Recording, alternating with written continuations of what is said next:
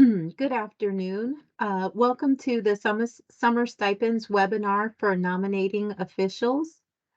I'm Beauty Bragg. I'm the team lead for the Summer Stipends program. I'm a program officer in the Division of Research Programs. My background is in American literature, and I taught for many years at a public liberal arts college in Georgia before coming to the NEH. I'm joined today by my colleagues Gwen Yates, who's a program analyst for the Summer Stipends program, and program officer Landy Watley, who also works closely with the Summer Stipends program. Today I'm going to tell you more about the program and the Summer Stipends program and answer questions. The presentation is designed to walk you through some of the highlights of both the program and the application process, and in particular, some of Summer Stipends' very unique processes. I have about 40 minutes of remarks, and then we'll have a good amount of time for questions. As if you want to make a record of your questions or remember them, you can add them to the chat as I am presenting, but we won't actually I won't take the questions publicly until the end of the presentation. The webinar is being recorded, and we'll post a recording of the webinar on the program page for the NEH Summer Stipends in probably a couple of weeks. Also, you can note that closed captioning is available. That should be accessed in the lower right-hand corner of your screen. Sorry. So here is our agenda for the afternoon. I'll give an overview of the Summer Stipends program, provide key details about the program, discuss eligibility criteria, the nomination process. I describe our review briefly, and the contents of an application, and encourage you to use our notice of funding opportunity to seek more information. Again, as I talk, you can go ahead and feel free to put your questions in the chat.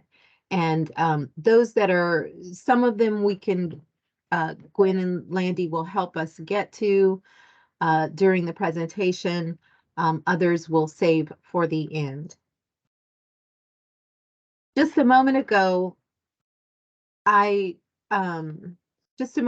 mentioned my own background as a researcher and professor, and that is because we want you to know that we here at NEH are, in fact, most of us have this kind of background, and we want you to know that we really approach our jobs from that perspective. Even as we are federal employees who are required to follow certain bureaucratic processes. But mainly we see our job as supporting public and scholarly engagement with the humanities. And we do it because we believe in the value and the power of humanities scholarship. What this means for you, though, is that your project, answer your questions either by phone or by email. We want to help you get the funding you need to advance your work. So here are some, here's a reminder of some recent changes in the program. Both of these changes were initiated last year. We've been through a cycle already with these changes in place, but it's a good reminder, I think, to draw your attention to the fact that we are now requiring a separate work plan in this application, and I'll actually say a little bit more about that later. As well as this is our second year of offering exemptions to these designated categories of minority serving institutions, um, in addition to all of the groups that we have previously exempted from our unique nominations process. Um, that process is the nominations process is where we ask um, for individual campuses to organize a competition at the local level and select its two possible applicants for um, the for proposals for this program. So as in the past, we currently and in the past have had some exemptions from that nomination requirement. So in addition to um, non-teaching staff, community college faculty, um, emeritus faculty, and faculty at community colleges, we are also exempting from nomination um, certain minority serving institution categories that are listed here on the slide, and those are um, Asian American, Native American, and Pacific Islander serving institutions, Alaska Native and Native Hawaiian serving institutions, Native American non-tribal institutions, and predominantly Black institutions. And I will also repeat this again later, but the list of current designations can be found on your on the Department of Education website. So the main goal of the Summer Stipends program is to support outstanding research in all disciplines and fields. We look for projects that will have value to scholars, general readers, or both. Um, the program also supports projects at any stage of development, including early, middle, and late. But these small grants do tend to be most useful either at the beginning, the early research stage, or at the end of the writing process. So some of the program details that are most important, I think, is that this award is for 2 months. It must be held continuously and full time, and the stipend amount is $6,000. Although, as I've said, it's typically taken in the summer. Awardees can, in fact, choose any 2-month period during which they can devote their full-time attention to the project. Some of the typical activities and products that you see are, they're not unusual. What we find is that people are typically using the funds to support their research and writing, as I mentioned a moment ago. Um, Many of those projects will result in a book or a monograph, but we do see other kinds of projects as well, including ebooks and digital materials and peer-reviewed articles. Um, Translations and editions with critical apparatus are also fundable in this program. Here are a few examples of some recent books that have recently published books that have were supported by summer stipends, and they're just meant to show you the variety of projects that receive grants. And again, to emphasize that we welcome projects on all topics in the humanities. So, what are the humanities? These are, as laid out in our original founding legislation, though the humanities would include categories like history, the study of literature and language, the arts, philosophy, and ethics. And of course, we see those as part of the humanities, but we also like to emphasize that we do support projects in the social sciences and the sciences that can demonstrate that they employ humanistic research methods. So, case studies or oral histories or those kinds of approaches, and that they are addressing a humanities question. So don't assume that because your work is in the social sciences that you are automatically excluded from this opportunity. So, who should apply? Again, we accept applications from scholars in all fields and from a wide variety of institutional locations and positions. We do limit eligibility to U.S. citizens and foreign nationals who have been living in the U.S. For the 3 years preceding a given deadline. In this case, that deadline is September 20th, 2023. We also, this is a very um, broadly accessible award. It does not require that you have an advanced degree. It doesn't require a person to be affiliated with a institution of higher education.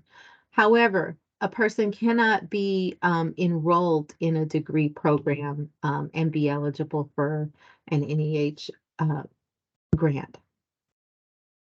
Um, the small exception to um, well, it's not exactly an exception, but the small, most precise thing though is for a student who is enrolled in there is one category of student who is enrolled in a degree program that can be eligible, and that's the student who has satisfied all the requirements for the degree and are simply awaiting conferral of the degree. And that will require affirmation from the dean or conferring school or your department chair. So let's talk a bit more about this nomination process. It is unique at the NEH in requiring tenured and tenure earning faculty to be nominated by their institutions. Um, each institution can nominate up to 2 people per year. And our thinking is that to have this kind of limited submission actually can help make a broader field of competition. And then, so we are, much better able to fund our population widely. Um, this also encourages faculty to discuss their research with each other and share their ideas at the local level, and we think that's a benefit too. So we ask institutions to run their own nominations processes, and the campus should identify one person as their nominating official, and applicants will list that person's name in their applications so that at the appropriate time we can contact them to confirm the nomination. And toward the end of this presentation, I'll come back to some suggestions for nominating officials. So again, there are a number of people, there's a big group of people that are in fact exempt from nomination. And these include non-tenure track faculty, including adjuncts, non-teaching staff, community college faculty, emeritus faculty, and independent scholars, as well as the previously mentioned categories of minority serving institutions.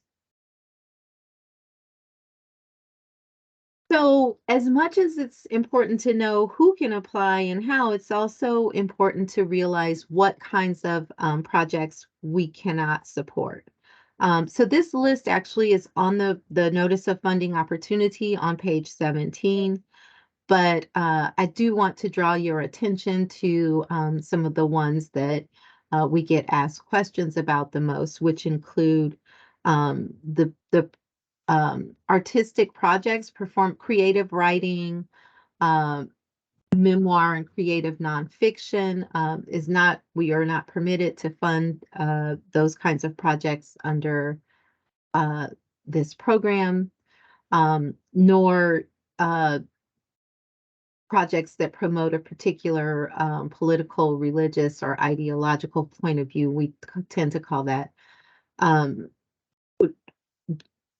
to group that under the broader category of advocacy, um, and nor is research for doctoral dissertations or theses, textbook. All of those are prohibited from funding. So, what you do need when you begin to, when you've defined your eligible kind of project, you'll be required to put together your own application as an individual applicant. We know we're asking you to be nominated by your institution, but the individual is the actual applicant, and the individual would submit their application package through the grants.gov portal. And I'll come back to grants.gov a little bit more later on, but first I just want to talk about what's included in the application packet. And this information is actually in the current notice of funding. I think those page numbers should be 12 through 17. The most important piece is your narrative. This is the opportunity for you to give us the details about the project. And so understanding that three-page narrative is very important. I'm going to actually talk more about it momentarily, but I just want to run through the components. So another piece you need would be a one-page bibliography. That bibliography is an opportunity for you to demonstrate your knowledge of the field. You should also remember that reviewers are going to understand that you are limited to one page, and so they know that the bibliography is not comprehensive, so don't stress about that. But yes, it's an opportunity to create a sort of context and demonstrate uh, your wide view of the field, a broad view of the field and the scholarship in the field.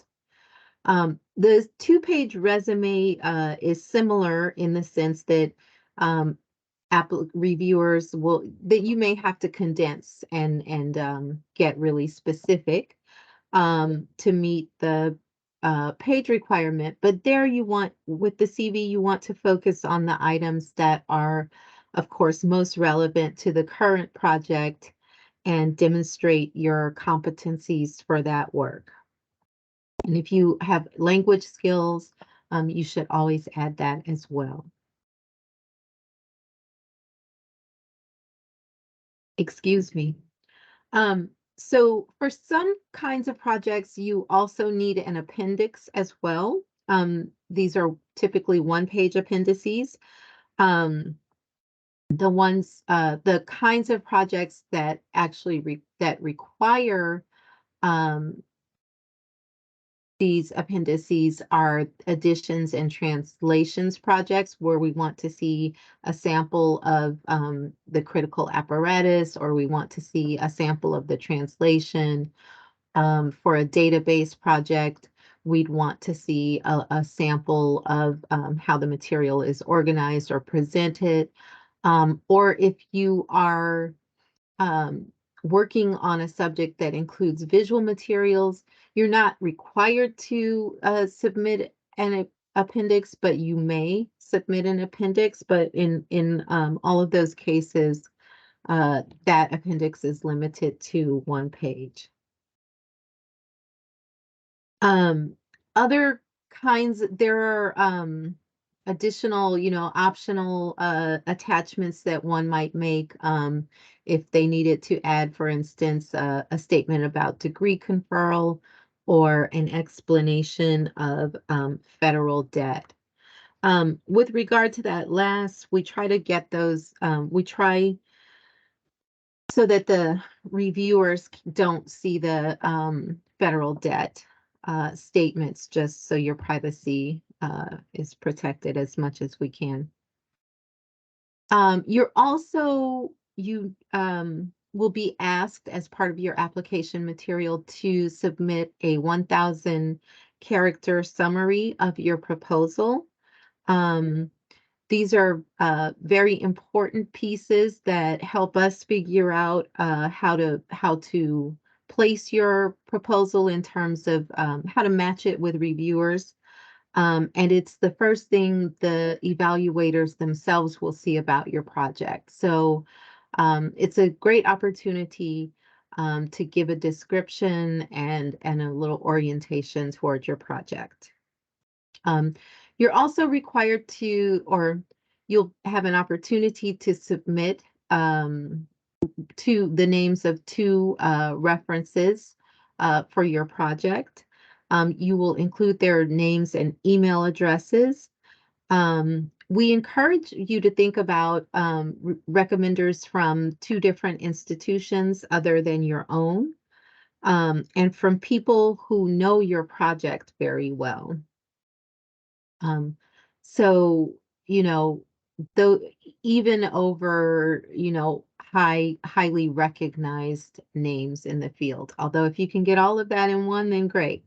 But yeah, the idea is to kind of have people show the span of your network and have outsiders um, make your recommendations. And of course, again, people who know your project well and can really speak to why it is important to the field.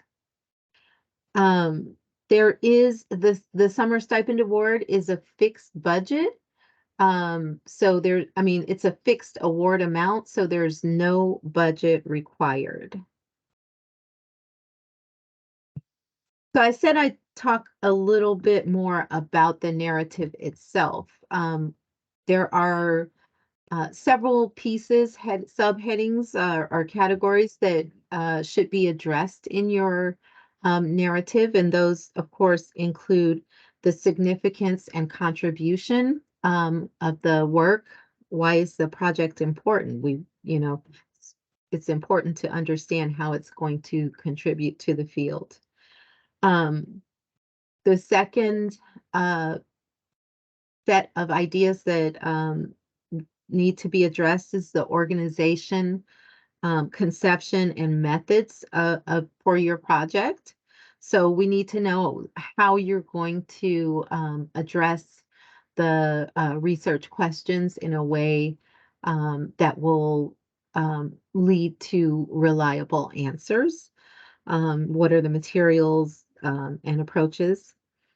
What competencies, skills, and access are you bringing with you? Or why are you the right person to do this work? Um, and then the final product and dissemination is, of course, about demonstrating how your work will reach its audience. So you may talk about the publication plans, targeted presses or journals, additional ways that you might disseminate, and sometimes people want add in ideas about how they would promote the work too. So those are the components, those are the topics that you need to address within the 3 pages of the narrative. Um, In addition to that, we'll ask you for a separate work plan.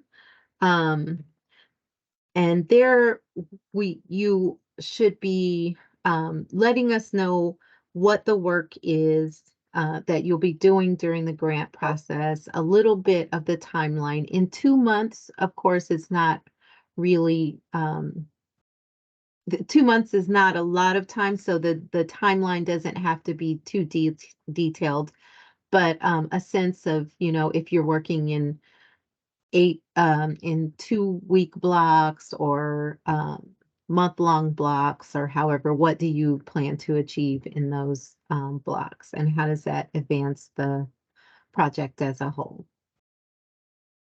Um,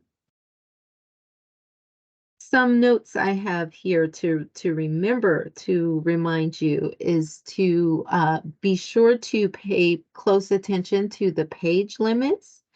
Applications that exceed any of the, designated page limits, are, rejected from consideration in the competition. Um, Additionally, I'd like to encourage you to visit our website, um, to the summer stipends page, in fact, to find examples of, sample applications that you can use to get ideas and see how other people have, um, done this, conveyed this information, organized it. And all of those applications on the site are, of course, successful applications. So, um, they may have ideas for you. So we encourage applicants to keep the review criteria in mind, as you're working on your narrative. Um, your goal is, in fact, to make a case for your project based on these criteria. So, they should kind of structure your narrative, and you should think strategically about, how to address these criteria in your, um, narrative, component. You can find these, review criteria in section E1 of the notice of funding, opportunity, and that is on page 18. So let's talk about them.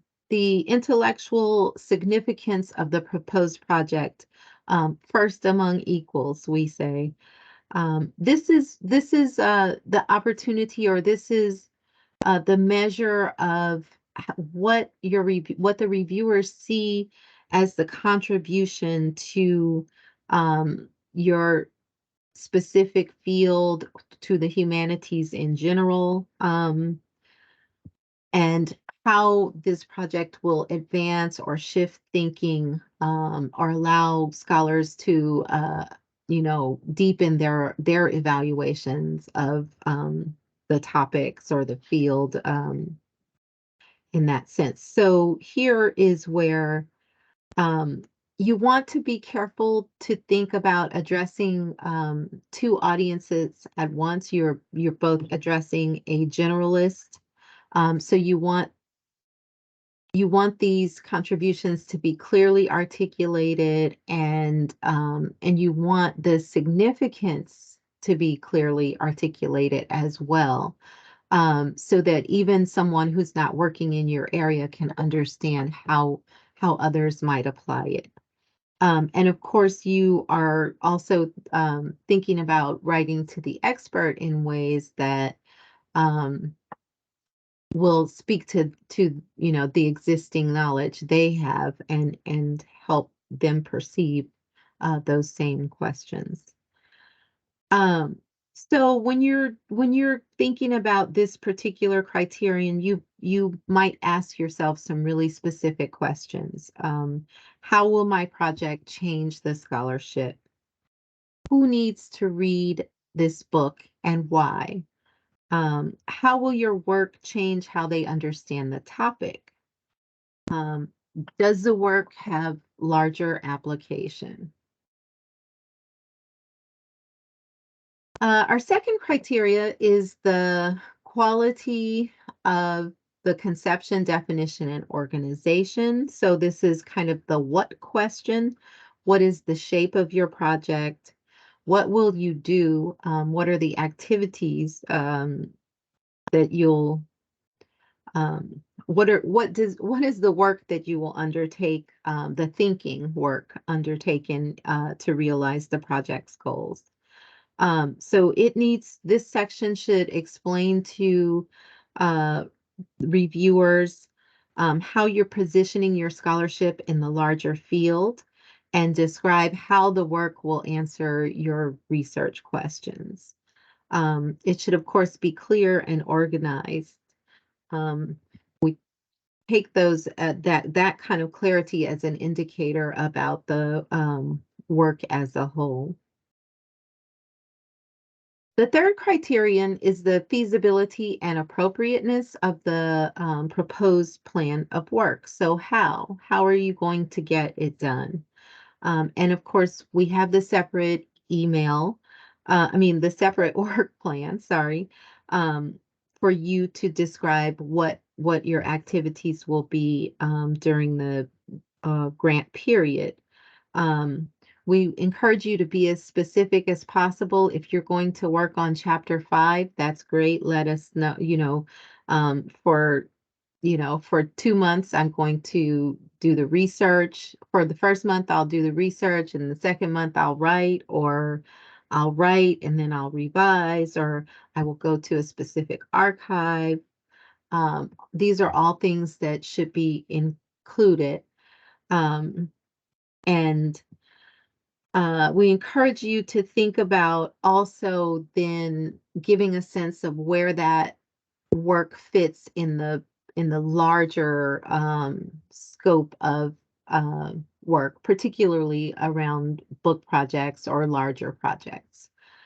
Um, and this is, this kind of planning is important and can be very challenging since you need to be sort of figuring these things out at least 9 months in advance. I mean, this application deadline, we don't make the announcements until um, April of the following year. Applicants can begin then in May, typically. Um, so, but there's a lot of planning that's happening pretty far out. So giving us a sense of where you will be in the longer term process is important. Okay. Number 4, the quality or promise of quality of the applicant's work as an interpreter.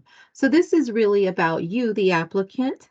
Why are you the person, the perfect person to do this project? Emphasize the strengths that you bring to this project. Do you have particular language skills that are required, or do you have particular research skills or even research skills that are required for the project? Um, have you, published in the area before or not? Evaluators will look at your CV with an eye toward, getting a sense of the broader scope of your work. Um, Also, we want to just remind you or assure you that the promise of quality phrase is there because we want to indicate that we and reviewers understand that people are at different stages of their careers, and as a result, will have different levels of experience. So we do take that into account.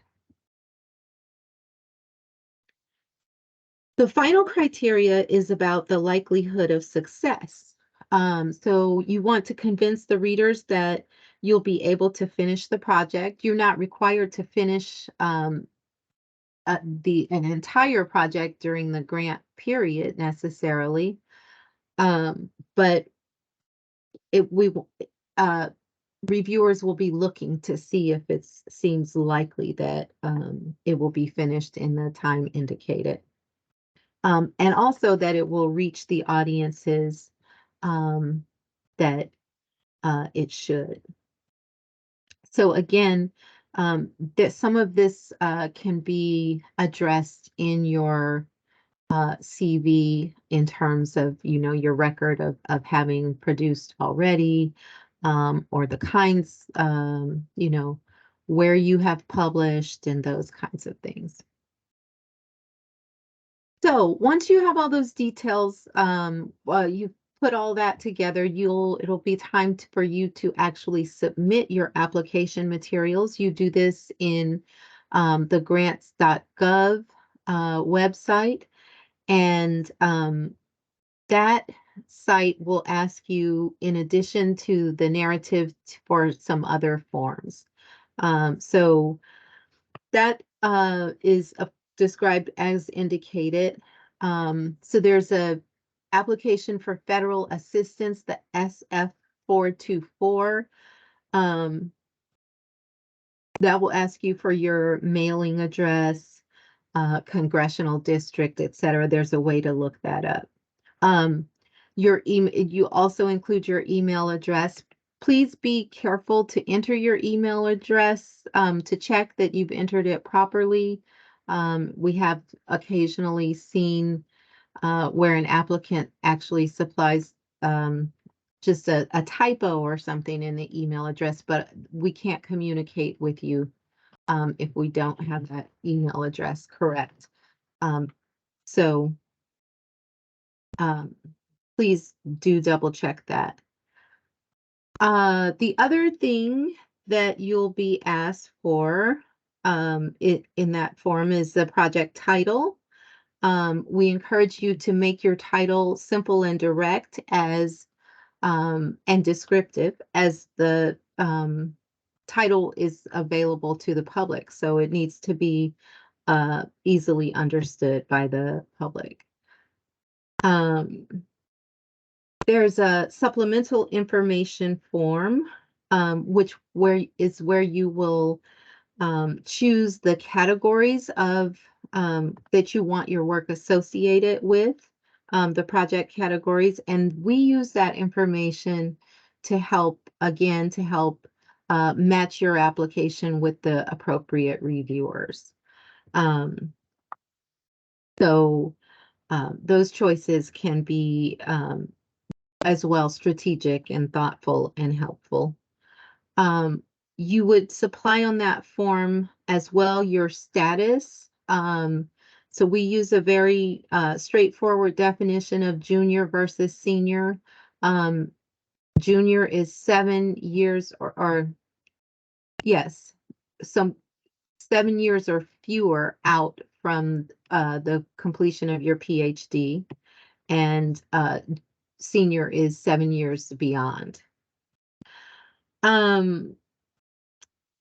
So you also enter your reference letter names and addresses on that supplemental form, and please, for your referees, only include one email per referee. Otherwise, again, our system doesn't know where to send the email to. So I think I just saw a brief glancing in the chat that you're already talking about this aspect of the reference letters, but we send a message to your referees in a couple of weeks after the deadline, and solicit those letters of recommendation. And you will be asked to provide the name of the nominating official as well on that on that form. If you're not exempt, there's also a choice for exemption there, but if you're not exempt, then you need to give us the name and email address, please, of a person on your campus who can confirm that you are nominated for this program. And if you have questions about that, I guess I would say nominators, please try to ensure that the nominator on your campus is widely known as that in that role. But also, if you, the applicant, don't have a sense of who your nominator is and don't know how to find out on your own campus, you can certainly reach out to us, and we can tell you who we have in our records, and that can at least help you get started. Um, some of your other additional application materials include the project and performance site location form. It's a very simple form. You just want to tell us where the work is taking place. So if you're entirely working from home, or from your office. You can just enter that either one of those addresses, and it doesn't even need to be so precise. But if you're going to work from work, then and you want to enter your work address, um, let us know that. If you're going to be doing research and you'll be if you'll be researching the whole time, give us the addresses of those sites, the names and addresses of those sites, or if there's some combination. And then the attachments form is where you actually upload your narrative, bibliography, CV, work plan, and any required appendices. So we're coming toward the end, toward our Q&A. I'll keep us moving here. So we do, I mentioned that you submit the application through grants.gov. Your application cannot be submitted by your institution, even if you're nominated. So you would want to, when you register on grants.gov, you would want to make sure that you set your account to have an individual applicant profile. And that's under it's under a tab called Manage Profile. If you don't set it to have that individual applicant profile, you won't be able to create the workspace that's required for submitting the application. We encourage you to start submitting some days early to allow for technical problems. Sometimes on that final day, the kind of wave of applications that begins to come in somewhere around 50%, then can kind of overwhelm the system and cause a crash. So we encourage you to apply early. Also, one of the benefits of applying early is if you make a mistake, you can say your page numbers go over in the. I will actually bring this to you. Sometimes that happens that in the conversion from Word to PDF, which all of these attachments must be presented in PDF format. It occasionally can change your spacing. So maybe you're like one line over. So now a one-page document is a two-page document. It's a one-page document with a line on the next page. So if you've submitted early, you'll have time to correct that. And we use whatever the last validated application we receive is. Uh, and finally, in terms of submitting to grants.gov, the helpline is wonderful. They're there 24/7. The number is also provided to you in the notice of funding opportunity. So I have presented a lot of information, and I've seen a lot of activity in the chat, a lot of questions going around. So I will say we have tons of resources available to you. Please use them. You don't have to, have digested all of this in this 1 hour today. But you can find the notice of funding on our website. You can find those sample applications on that site. You can also find recently funded projects to get a sense of the breadth of things that we are funding in this program. We'll be offering another, oh boy, I did not update the whole date. We'll be offering another webinar this summer. The August 16th part of the date is correct. The year obviously should be 2022. And you can always reach out to NEH staff at stipends@neh.gov to ask us questions. Remember that I suggested that we like to talk to you and answer your questions. So finally, the couple of things about the nominating official. Again, um, we don't mandate what your process should be. So there are a variety of processes that are employed across the nation. But about 75% of participating institutions use a standing or ad hoc committee. And a lot of them choose, and um, a lot of them choose to use the program to use our program criteria as the basis of their evaluation to determine who the nominees should be. We think faculty really benefit from these processes, including participating in or witnessing a mock panel review, um, which you can set up by pulling in faculty from your campus who have participated in the process or who are interested in participating in the process. Other campuses encourage participation by permitting and or encouraging previous applicants to resubmit, or they provide recognition in annual reviews. Some actually offer research money to the applicants if they are not successful in our programs. But I'm happy to talk with each and well, not each of you, probably we can't. I'm happy to talk with each of you.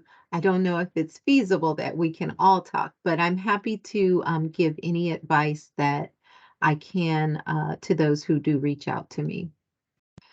And so here we are at the end. I see there are lots of questions, so I may in fact just skip these FAQs and open it up to Gwen to give us a few of the top rated question or highly relevant questions that she's seen in the chat. Hi, everyone. We had quite a few questions that come in. Landy and I were trying to field most of them. Um, so I'm trying to go over the ones that were not answered.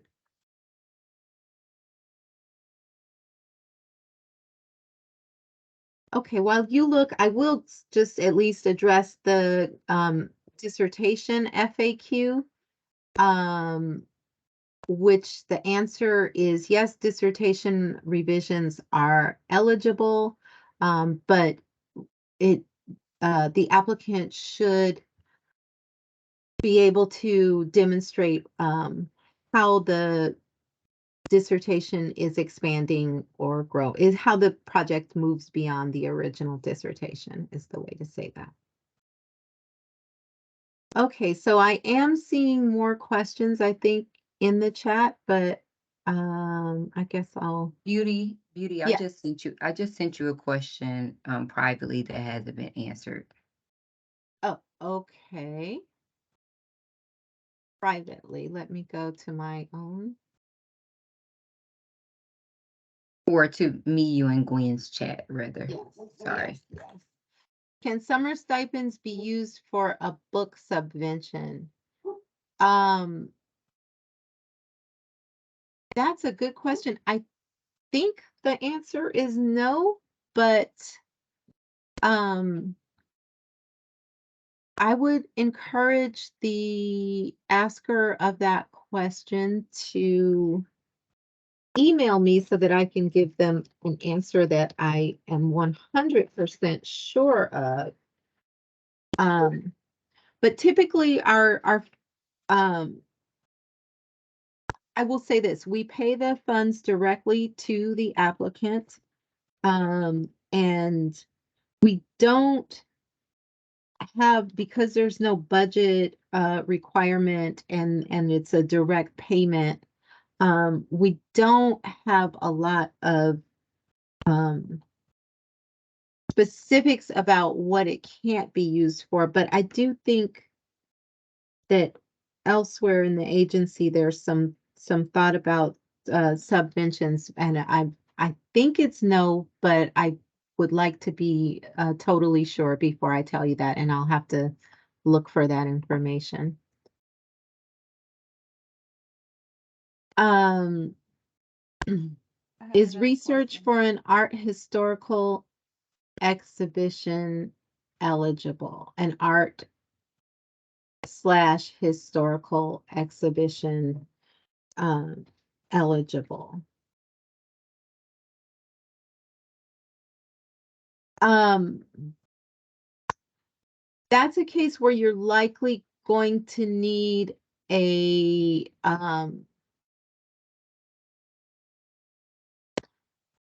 we fund so you'll need to think about maybe an add-on with a more typical kind of scholarly product. Um, but it's at least not impossible. It's not ineligible, but it's a little bit of a trickier lift um to do apply for that kind of research, because ultimately this is the audiences here, or the imagined audience is primarily a scholarly audience, and so um that is usually not the aim of a um exhibition. I'm sorry, but that answer depends as well a little bit. Gwen, did I hear a message from you? Yes, I and I mean, wanted to know if you can elaborate more about the bibliography.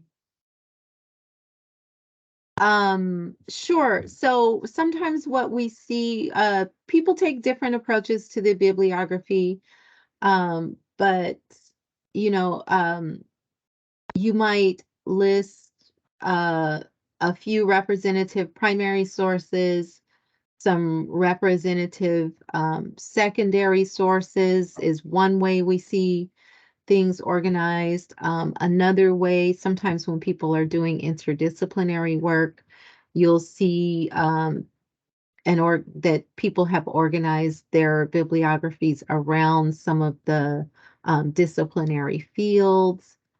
Um, I mean, sometimes it's just a bibliography with no specified, no division breaks, no breaks um, in category, and it's just a list of the works that have informed their thinking, um, that maybe demonstrate a sense of, what has happened, or what some of the major thought has been um, historically, but also showing, right, the applicant being conversant with the recent literature on a topic. Um, I I think that kind of answers more of the question, or answers the question more. Anything else? We've got Beauty, there's a 7 more. question about in the joint chat that I posted about Uh-huh. someone wanting clarity on social scientists and humanistic methods, and then there's another one about translation projects. What? Okay, let me, I guess, find I it. can read it out if you What want me is to. I'm the? sorry. Yeah, the question about social sciences. Yes, it is. I'm confused. You suggested that social scientists doing work related to the humanities using humanities methods and of interest to a general or wider audience could be funded, but not those using empirical methods. Is that correct? If so, that rules out many social scientists and their work, including those whose work will use both humanities methods and empirical methods in tandem. Is that correct? Um, Yes, I mean, for the specific project in particular, I mean, for the specific component of a project, of a summer stipends project, yes, that is correct. It's generally correct anyway. We don't fund empirical research. Um, there are some, and in this case, because of the 2-month nature of the award, a person, even if they were using both of those methods, I think we would expect for the empirical activities to be separated. But yes, what we're, I mean, so we don't really fund, we don't fund that kind of quantitative research, which is, I think, what the person means by empirical, but we don't fund quantitative research. And but we do fund the work of social scientists that would be used by, we hope, by other social scientists as well, to address kind of humanistic questions. So, I mean, thinking about questions like policy, like a history of policy action, or a history of scientific thought, or I don't, a history of policy at the APA, for instance, the historical nature of it, and a specific historical question would align it with the humanities. Um, so we do fund work in those areas, but yes, not the mix has to be very careful, and it has to be evident to the reviewers what the humanities, how it would speak across different audiences. I hope that answers that question. And what was the second one? Does NEH stipends support translation projects that are to be published by a foreign press outside the United States? Yes. I mean, we don't prohibit the use of foreign presses. And one that I haven't gotten the answer yet, but I think it will be good for conversation is any advice for junior applicants who are not yet established in their field? Um, yes, well, I think I would repeat the kind of comfort, or the uh, assurance I gave earlier, that we are also looking at the promise of quality as an interpreter of the humanities. I would say that. I would say, also, we are in this program, we fund about, in a given cycle, we fund between 30 and 40% of our awardees are junior faculty. Um, but I think, kind of, maybe the nature of the question is about the research record, or something like that. So I would say, at least in your competency section, you can also talk about um, how your teaching might inform your expertise in the subject. You want to be sure to include any conference presentations that you've made in the area, or to appropriate audiences, to um, the associations in a particular field, relevant field. I think those are some ways you can kind of uh, build that, if that is the question. If the question is if there isn't a deep record of publication. And I Okay, guess we I'm have sorry. time for one more question, if One we have more, any more. one more would be, Would this grant fund collaborative research with students? Um, no. We in fact, our whole posture on collaborative research is a bit tricky here.